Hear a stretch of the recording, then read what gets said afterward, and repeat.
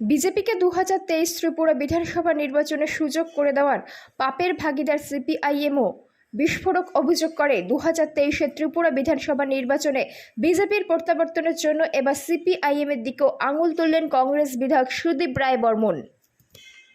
প্রার্থী দেওয়া, নির্বাচনে কন্টেস্ট করা নিয়ে কার সঙ্গে কথা বলেছেন উনি?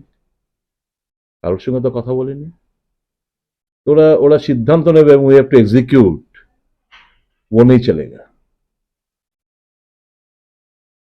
ওরা সিদ্ধান্ত নিয়ে নেবে, প্রার্থী ঘোষণা করে দেবে এবং আমরা এটাকে মানতে হবে, শুধু আমরা ভোট দেব।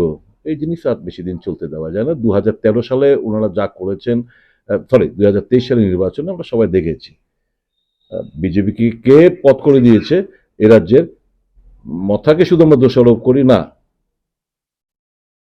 সিপিএমও এই এই এই পাপের ভাগিদারি, বিজেপিকে স্কোপ করে দেওয়া। এই নিয়ে আমি প্রসঙ্গ বাড়াতে চাই না। আমাদের stand point is very clear. আম জনতার জন্য দল করা, আম জনতা ভোটাধিকার কেড়ে নিয়েছে, গণতন্ত্র পদদলিত। এর প্রতিবাদে কংগ্রেস দল সিদ্ধান্ত নিয়েছেন যে আমরা ভোটদান থেকে আমরা বিরত থাকবো, নিজেদেরকে অ্যাবস্টেন করবো। এনে কে কি মন্তব্য করে আমাদের ভারী বয়ে গেছে। ভবিষ্যতে রাজ্যে আপনাদের এই